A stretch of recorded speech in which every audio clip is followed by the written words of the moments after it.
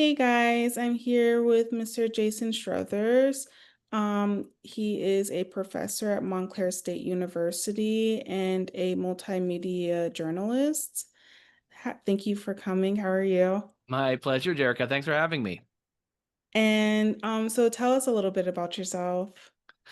Sure thing. Yeah, I wear a few different hats. I've kind of a mid-career multimedia journalist. I've got my start in New York some 20 plus years ago, but then have spent much of my career working overseas, freelancing for American and international media.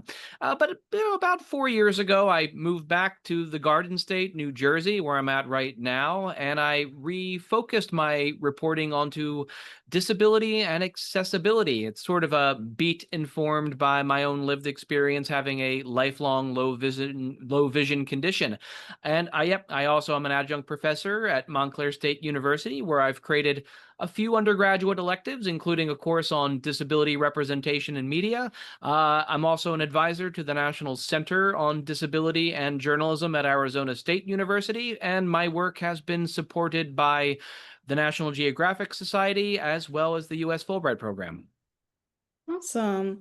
And so what sparked your interest and passion for visual storytelling? Sure. So I have an undergraduate degree in broadcast television production. And of course, that might not be the obvious career path for someone who has a visual disability to get into. But there is so much that someone can do in television or documentary film that doesn't require you to have 20/20 sight, that I focus really on the writing and the producing, the storytelling. And of course, I think working in radio is a little easier for me, but I do video reports. I have shot my own news packages before. I do use cameras, although I'm not completely confident about my quality control. So it's always great that if I have a camera operator with me. But I think my crowning achievement was I spent 7 months in South Asia as a Fulbright researcher, and I filmed a short documentary film that looks at the ways that climate change impacts people with a disability. I hired, camera operators for that entire film project, but I did everything else pretty much. Awesome. And so is there anything that you utilize, any tools that you utilize for your multimedia work, that would help you as a low vision, individual with low vision disability? Great question, Jerica. I found a little workaround using a GoPro camera. So a GoPro, it was used originally for people doing sports and mounting it onto your head or the front of your bike or to the dashboard of your car. Uh, but what it also allows you, so it can shoot really wide. So one, I don't need to worry too much about perfectly framing who I'm filming. I Mhm. know in post production in the editing process, I can crop the image if need be, if the resolution is okay. But what is also cool for me, because I can't see the tiny viewfinder on the back of a GoPro, the GoPro and other cameras as well allow you to stream via Bluetooth what you're filming to your iPad. So now I got it right here, my 12 or so inch iPad becomes a video monitor, and I can, and it's much easier for me to look down at my iPad, and I can even zoom in or zoom out on the image that's being shot. So that was my little visual workaround for filming. And which one do you have in terms of the GoPro? I don't know how far. Boy, what is that? I think it's a GoPro 8. Eight? But Okay. it's been about 2 years now since I've used it. But I've had a couple different GoPros over the years. I also have a DJI uh Osmo Pocket thing that works kind of similarly too. So yeah, it's but I mean GoPro is, I'm sure whatever GoPro model that I last used is now out of date, and there's probably Right. 3 new generations that GoPro came out with. Nice. And so, you covered complex issues like climate change, disaster recovery, and displacement. How do you choose which stories to tell and how to tell them? So, in terms of the climate change storyline, so that kind of came to me over a decade ago. I was in the Philippines covering the aftermath of a superstorm, Typhoon Haiyan. And I was just there reporting on recovery, nothing to do with disability at all. But, as I was following a team of cadaver dogs through a mangrove swamp, and it just really started to hit me. I was with a team looking for remains of lost loved ones. Um, and it just kind of hit me, how, even though I get around pretty well during normal circumstances, I'm not so sure how, faced with 150-mile-per-hour winds, swinging electrical cables, debris flying around, I don't think I could stay safe. And Right, I don't know if I would be able to find my way, if phone networks were down and all that, would I be able to find my way to an evacuation shelter given that type of chaotic situation? right, So it got me thinking, this was in 2014. It got me thinking, well, if climate change is making these types of severe weather related emergencies more frequent, what about people with a disability? Like, are disaster management systems ready to accommodate people who use wheelchairs to be quickly evacuated from their homes? And are relocation facilities, storm shelters, accessible? Is right, information being provided in accessible means? Sign language, braille, descript, if the only emergency alerts that come out are loudspeaker announcements, what happens if you are hard of hearing or are deaf? How are you going to hear that? How are you going to be notified in the middle of the night if it's first responders coming through your town using megaphones to make those announcements? So, right. it's all these things. There's an endless number of scenarios there. So that kind of set me off on this kind of investigative path. And I went back to the Philippines. That was my first story, and really I think the first story in American media that specifically looked at how people with disabilities are affected by climate change disasters. And I later did reporting here in New Jersey on that, and then during my Fulbright and National Geographic projects in South Asia. Awesome. And have you always concentrated within Asia? Well, I think I've always been interested in Asia. I mean, I even though the majority of my time was spent in Northeast Asia and South Korea, I did do a lot of reporting trips around the region. I've even reported from North Korea. And so I don't know, like I've lived in Europe as well, and I've spent time traveling in South America. But to me, I don't know. I think there's just so much happening in Asia. There's the world's largest economies are some of the world's largest economies are there.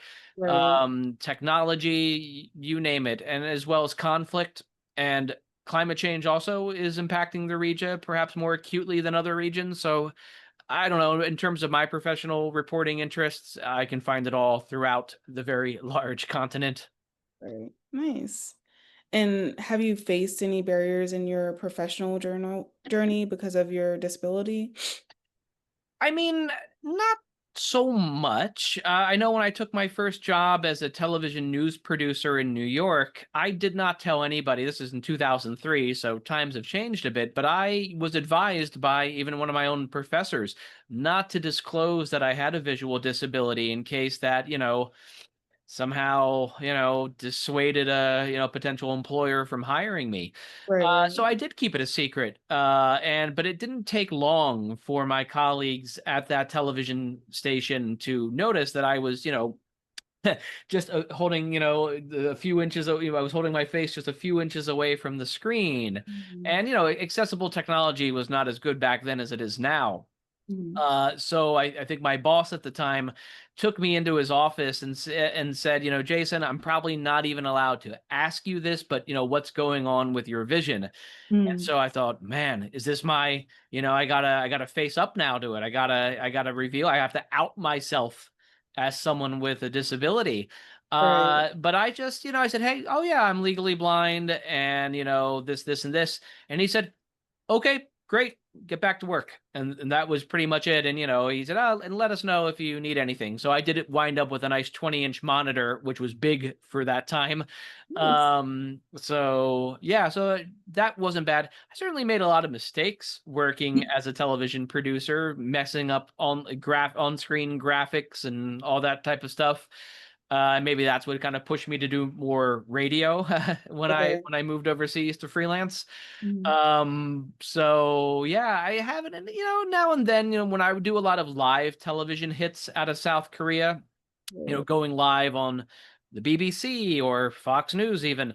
And sometimes the producer on the other end would say, oh, Jason, you're not looking directly at the camera.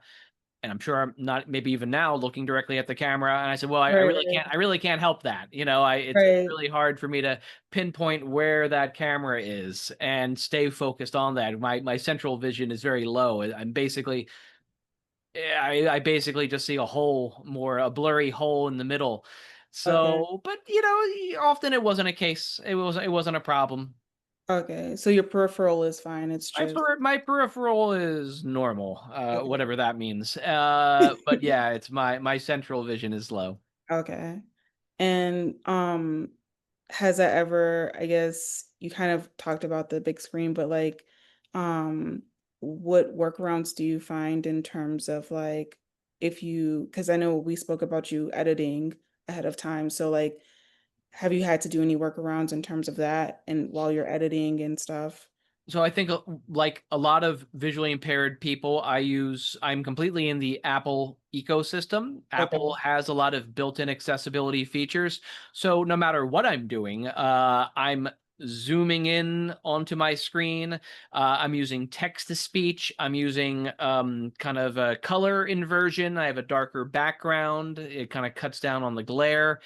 Um, there are and I've heard of visually impaired people or blind people, fully blind people that do video editing and of course audio editing. I'm not that tech savvy. I get by just, and they're using completely um text to speech or speaking mechanisms to understand what's going on the screen. I don't need to do that right now, so I manage just using zooming in and out. But yeah, there's all sorts of little workarounds that people with various degrees of visual acuity can use to do multimedia work. Nice. And so, in terms of like we're gonna kind of transition into like ethics and storytelling, like Sure. what are some of the ethical challenges you face when telling stories about maybe trauma, disaster, or survival in climate impacted regions? Certainly. When I was doing my work in South Asia during my when I was filming my documentary on climate change and disability called Invisible Impact, um, I am acutely aware of the history of parachute journalism, where a foreigner, often a white man, Mm, drops into another country that they haven't had a lot of experience with, and I'm aware that there's a lot of baggage that comes with that. So, and I think disability or not, it's something that I am acutely aware of and try to not fall into, pretending like I know better, after spending 1 week in any given country. And right. a lot of journalists do that. It's sort of, it's certainly an old-fashioned way of doing foreign journalism, and I think the younger generation of journalists are more aware that that is not, so yeah, I was brought into these communities, let's say in India, where they had never met a foreigner before. Right. And I did not speak Tamil or Oriya or whatever language was being spoken on the ground. So I had to hire translators. I had to hire a research assistant to help make those introductions. But I mean, so yeah, I let the people tell their stories and try not to make assumptions, and I think any good journalist would do that. Mm, And yeah, and I give full credit to my research assistant, Debashis Maharana, who helped me out during the Indian stint of my filming. And without him and the other fixers that I had in Bangladesh or Sri Lanka or wherever, I wouldn't be able to get my job done. And that goes for any foreign journalist who drops into a country to do reporting. Um, I when I was doing the reporting for this film, I do introduce myself as someone also with a disability, and I think even between languages that helps open the door. And I think when people understand that I have my own similar experience, even though we're from very different places and have had very different lived experiences, I think that does help to ease any tensions. And I feel that it's worked well for me to help open that door. Nice. And so like take me through having to hire a team abroad, like, the struggles behind that and um how Sure. you even gone to find a team. Sure. So, I mean, throughout my career, when I've done reporting, I've always had to hire a fixer. So that could be someone who's a translator, someone who, it's often a local journalist who already is from that country and kind of knows the lay of the land. And if you're only dropping into a place for a short time, you have to have that. Right. So when I've done reporting trips anywhere, I do a little research. There are freelancer databases out there, and so when I went to Bangladesh, I'm a part of I have been a part of a freelancer database, so I checked that out to see who was in Bangladesh and who, and of those freelancers, who has experience with photography and video work. Okay. And I found this guy, Kazi Rayazat, who had all those experiences, and he listed himself as a English to Bangla translator. He does photography, he does film, and fortunately, I had the grant funding for the National Geographic Society to hire him, and as well as hire a driver to drive us all around coastal Bangladesh and pay for hotels and boat rides and meals for my team. So I would rock up to these little villages with my fixer. We Mhm. hired another guy to help us with all the multimedia equipment. We had a driver, and we'd already made inroads with local disability advocacy groups who would then take us to the communities to meet their clients. Mhm. So yeah, I would roll up with a team of 5 or 6 people sometimes, even more when I was in India, because I had a whole film crew, a drone operator, and Wow. 2 different cameras running, and yeah, yeah. So it kind of became the norm. And do you usually like carry that like from the US or is a lot of that already I mean, there? some people do rent equipment when they drop into a new place. I have my own little gear. I mean, I have mostly audio gear, which is easy to travel with, but my GoPro and my DJI and my tripod, I all carry with me whenever I go on reporting trips. And yeah, that can take up a lot of overhead luggage on the airplane. Awesome. But the GoPro is kind of small, so The that's kind GoPro, of I have a very compact backpack that I fit all of my multimedia gear into. So, and it's made to be part of your overhead luggage allowance, so it fits just fine. nice. So you often pair photography with narrative journalism. How do visuals help shift perceptions or deepen understanding of climate change? Well, we live in a visual world, whether I like it or not. Information is best conveyed through visuals, whether that be still imagery or videos. And that is certainly the way social media has gone. I mean, podcasts, audio only podcasts have their place.